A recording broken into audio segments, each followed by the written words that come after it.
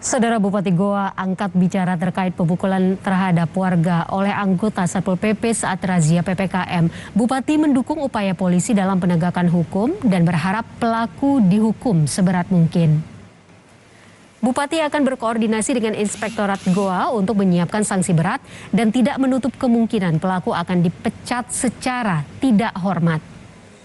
Bupati juga menyampaikan permohonan maaf karena telah berusak marwah penertiban PPKM dengan cara kekerasan, bukan dengan cara humanis dan terukur.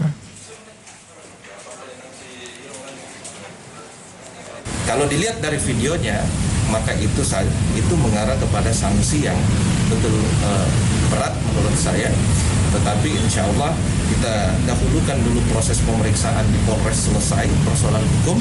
Setelah itu baru kita lakukan dan lanjutkan dengan proses pemeriksaan oleh Inspektorat Kabupaten Goa.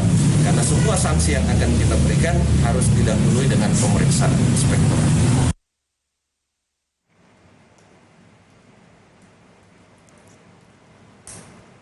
Sebelumnya, pasangan suami istri pemilik kafe di Goa menjadi korban penganiayaan salah satu oknum Satpol PP yang tengah menjalankan tugas di Kecamatan Bajeng, Kabupaten Goa, Sulawesi Selatan.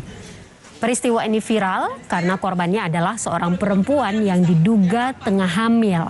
Hingga kini, aparat kepolisian Polres Goa telah memeriksa 7 orang saksi, termasuk pelaku penganiayaan.